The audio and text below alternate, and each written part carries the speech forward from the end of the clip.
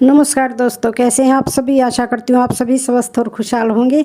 आज मैं आप सभी के समक्ष नवरात्रि के तीसरे दिन की कथा लेकर आई हूँ।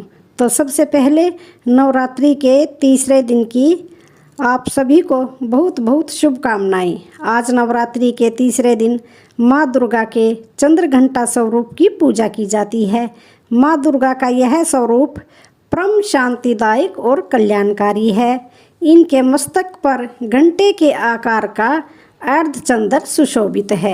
यही कारण है कि माँ के इस स्वरूप को चंद्रघंटा कहा जाता है। माँ चंद्रघंटा को शांति व कल्याण का प्रतीक माना जाता है। मान्यता है कि माँ चंद्रघंटा की पूजा करने से जातक को आध्यात्मिक शक्ति प्राप्त होती है। माँ दुर्गा का तीसरा स्वरूप माँ चंद्रघंटा का है। माँ चंद्रघंटा की सवारी शेर है। 10 हाथों में कमल और कमंडल के अलावा अस्त्र शस्त्र हैं। माथे पर अर्धचंद्र ही इनकी पहचान है। इस अर्धचंद्र के कारण ही इन्हें चंद्रघंटा कहा जाता है। माँ चंद्रघंटा का मंत्र पिंडज प्रवरारूढ़ा चंडकोपास्त्र केर्युता प्रसादम तनुते महाम चंद्रघंटेति विश्रुता। माँ चंद्रघंटा की पूजा करते समय सुनहरे या पीले रंग के वस्त्र धारण करना अत्यंत शुभ माना गया है।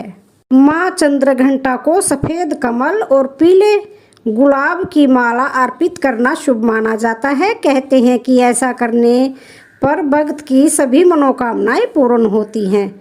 और माँ चंद्रघंटा को केसर की खीर और दूध से बनी मिठाई का भोग अर्पित करना चाहिए। इसके अलावा पंचामृत, चीनी व मिश्री माता रानी को अर्पित की जाती है। इनके शरीर का रंग सोने के समान बहुत चमकीला है। इस देवी के 3 नेत्र और 10 हाथ हैं। वे गदा, बाण, धनुष, त्रिशूल, खड्ग, खप्पर, चक्र और अन्य अस्त्र शस्त्र से विभूषित हैं। अग्नि जैसे वर्ण वाली, ज्ञान से जगमगाने वाली दीप्तिमान देवी है चंद्रघंटा। सिंह पर सवार इस देवी की मुद्रा युद्ध के लिए उद्यत रहने की है। इसके घंटे सी भयानक ध्वनि से अत्याचारी दानव देते और राक्षस कांपते रहते हैं। माता चंद्रघंटा का रंग सुरण के समान चमकीला है। माता के 10 हाथ हैं। माँ चंद्रघंटा की पूजा विधि। नवरात्रि के तीसरे दिन सुबह जल्दी उठकर स्नान करें और पूजा के लिए स्वच्छ जल और पंचामृत तैयार करें। इसके बाद देवी को साधारण जल या गंगा जल से स्नान कराएं।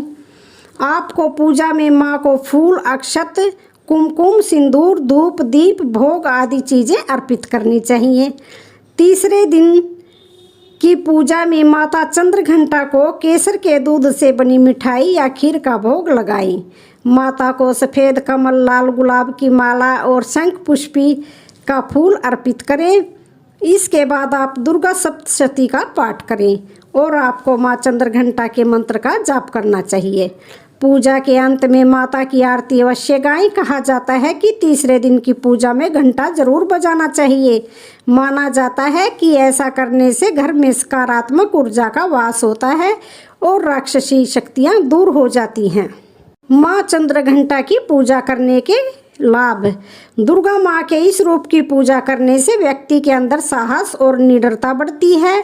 यदि आपकी कुंडली में शुक्र ग्रह से जुड़ा कोई दोष है तो आप माता की पूजा करें, क्योंकि इनका संबंध शुक्र ग्रह से होता है और इनकी पूजा से शुक्र ग्रह का दोष दूर हो जाता है। अगर आप पारिवारिक सुख और समृद्धि चाहते हैं तो आपको माँ चंद्रघंटा की आराधना जरूर करनी चाहिए।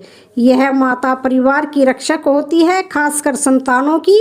वे अपनी संतानों को निडर बनाती हैं और उनमें साहस पैदा करती हैं। अगर किसी वजह से आपका विवाह नहीं हो पा रहा है तो आपको इन माता की पूजा जरूर करनी चाहिए। उनकी कृपा से विवाह से जुड़ी सारी समस्याएं दूर हो जाएंगी। माँ देवी चंद्रघंटा की पवित्र कथा। एक पौराणिक कथा के अनुसार प्राचीन काल में देवताओं और असुरों के बीच लंबे समय तक युद्ध चला था, जिसमें असुरों का स्वामी महिषासुर था और देवताओं के स्वामी इंद्रदेव थे। युद्ध में महिषासुर ने देवताओं पर विजय प्राप्त कर इंद्रदेव का सिंहासन हासिल कर लिया था और स्वर्गलोक पर राज करने लगा। इसे देखकर सभी देवतागण काफ़ी परेशान हो गए और इस समस्या से निजात पाने के लिए उपाय जानने के लिए त्रिदेव यानी ब्रह्मा, विष्णु और महेश के पास गए। देवताओं ने बताया कि महिषासुर दानव ने इंद्र, चंद्र, सूर्य, वायु और अन्य सभी देवताओं से अधिकार छीन लिए हैं और उन्हें बंधक बनाकर स्वर्गलोक का राजा बन गया है। देवताओं ने बताया कि महिषासुर दानव के अत्याचार के कारण अब देवता पृथ्वी पर विचरण कर रहे हैं और स्वर्ग में उनके लिए कोई जगह नहीं बची है। ये सुनकर भगवान ब्रह्मा, विष्णु जी और महेश जी को अत्यधिक क्रोध आ गया। क्रोध के कारण तीनों देवताओं के मुख से ऊर्जा उत्पन्न हुई और देवगणों के शरीर से निकली ऊर्जा भी इसी ऊर्जा से जाकर मिल गई। इसके बाद ये 10 दिशाओं में व्याप्त होने लगी। तभी वहाँ एक दिव्य देवी का अवतरण हुआ। भगवान शंकर ने देवी को त्रिशूल और भगवान विष्णु ने माता को चक्र प्रदान किया। इसी प्रकार अन्य देवी देवताओं ने भी माता को अस्त्र शस्त्र प्रदान किए।